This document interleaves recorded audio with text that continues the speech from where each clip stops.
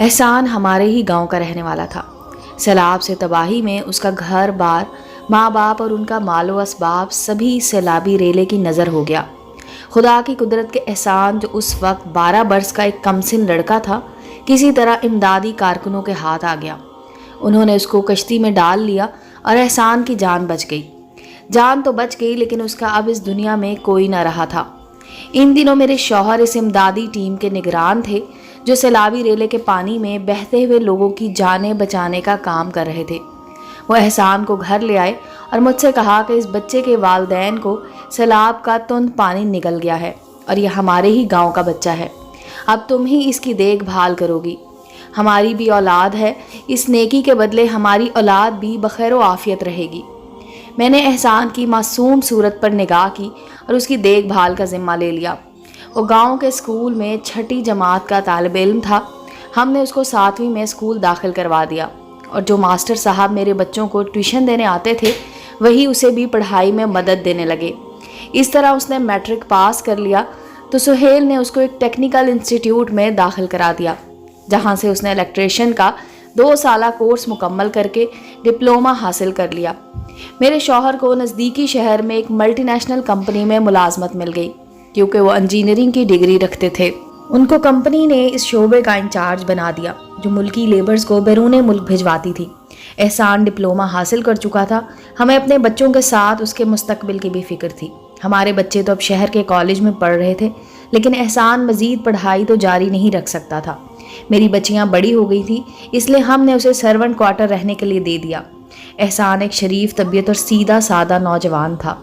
تبھی ماسٹر صاحب جو میرے بچوں کو احسان کو بھی ٹیوشن پڑھانے آیا کرتے تھے، ایک روز ہمارے گھر آئے اور سہیل سے کہا، صاحب میں ایک ریٹائرڈ اسکول ٹیچر ہوں، زیادہ امیر نہیں ہوں، پینشن اور ٹیوشن پر گزارا ہے۔ میری ایک ہی بیٹی ہے جو شادی کی عمر کو پہنچ گئی ہے، اس کے فرض سے سبکدوش ہونا چاہتا ہوں، کسی اچھے نیک لڑکے کی تلاش ہے۔ ماسٹر صاحب اس سلسلے میں آپ کی کیا مدد کر سکتا ہوں؟ آپ نے جو احسان کو پالا ہے، اچھی تربیت دی اور ڈپلومہ کورس بھی کرا دیا ہے، میں چاہتا ہوں کہ آپ کے توسط سے اس کو داماد بنا لوں تو بیٹی اپنے گھر کی ہو جائے گی۔ احسان بولے، ماسٹر صاحب میں اس سلسلے میں آپ کی ہر طرح سے مدد کرنے کو تیار ہوں، لیکن ابھی احسان برسر روزگار نہیں ہے اور رہتا بھی ہمارے سرونٹ کوارٹر میں ہے۔ اس بات کی آپ فکر نہ کریں، میرا کوئی بیٹا نہیں ہے، میں اسے گھر داماد بنا لوں گا اگر وہ راضی ہو جائے۔ اور جہاں تک اس کی نوکری کا مسئلہ ہے، میرا دوست گورنمنٹ ٹیکنیکل انسٹیٹیوٹ کا پرنسپل ہے، وہاں اسامیاں نکلتی رہتی ہیں، میں اس کو کہہ کر اس بچے کو ٹیکنیکل ادارے میں ٹیچر لگوا دوں گا۔ جب تک نوکری نہیں لگتی میرے دوست کے پاس کام سیکھنے کو آتا رہے گا تو تجربہ بھی حاصل ہو جائے گا۔ سہیل بولے، ماسٹر صاحب یہ نیکی کا کام ہے، میں خود اس بارے میں فکر مند تھا۔ احسان کو بلاتا ہوں، آپ اس سے خود بات کر لیں، وہ راضی ہو جائے گا کیونکہ اس میں اسی کا فائدہ ہے۔ احسان کو میرے شوہر نے بلوایا اور ماسٹر صاحب نے اس سے بات کر کے قائل کر لیا کہ وہ ان کے ساتھ جا کر پرنسپل صاحب کے پاس انسٹیٹیوٹ میں اپنا کام سے متعلق کچھ تجربہ حاصل کر لے تو اسے 2 سالہ تجربے کا سرٹیفکیٹ بنوا دیں گے۔ اس طرح اسے بطور جونیئر ٹیکنیکل ٹیچر ملازمت مل سکے گی۔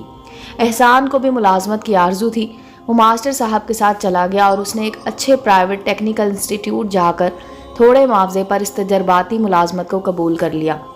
2 سال وہاں کام کرنے کے بعد گورنمنٹ انسٹیٹیوٹ میں جونیئر ٹیچر کی اسامیاں نکل آئیں اور ماسٹر صاحب کی کوششوں سے بالآخر اس کو ملازمت مل گئی۔ ماسٹر صاحب نے اپنی بیٹی کی شادی احسان سے کر دی۔ سہیل کو بھی خوشی ہوئی کہ جس لاوارث بچے کو سہارا دیا تھا، اللہ تعالیٰ نے اس کے راستے کھول دیے تھے۔ روزگار کے ساتھ ساتھ اس کا گھر بس گیا اور وہ ایک خاندان کا فرد بھی بن گیا۔ احسان کو ملازمت تو حاصل ہو گئی لیکن تنخواہ کم تھی، تاہم گھر ماسٹر صاحب کا تھا، لہٰذا ان کا اچھا گزارا ہو رہا تھا۔ وہ کبھی کبھی ہم سے ملنے آتا، اپنی بیوی کو بھی لے آتا جو سلیقہ شعار صابر و شاکر تھی اور اپنے شوہر کا ہر طرح سے خیال رکھتی تھی۔ اللہ تعالیٰ نے احسان کو 3 لڑکیوں سے نواز دیا۔ اب قلیل آمدنی میں گزارا مشکل تھا لیکن ماسٹر صاحب اس کی مدد کرتے اور وہ ان کی خدمت کرتا رہا۔ جوں توں وقت گزرتا گیا یہاں تک کہ اس کی بچیاں بڑی ہو گئیں۔ ان دنوں بڑے شہروں کی طرح گاؤں میں بھی بیٹیوں کو جہیز دینے کا رواج چل نکلا تھا۔ وہ جو پہلے اپنی بچیوں کو چاندی کے 1 آدھ زیور اور 2 جوڑے کپڑوں میں رخصت کرتے تھے، اب ان کو جہیز کی لعنت سے بالا پڑ گیا کیونکہ طویل عرصے کی بے روزگاری کے باعث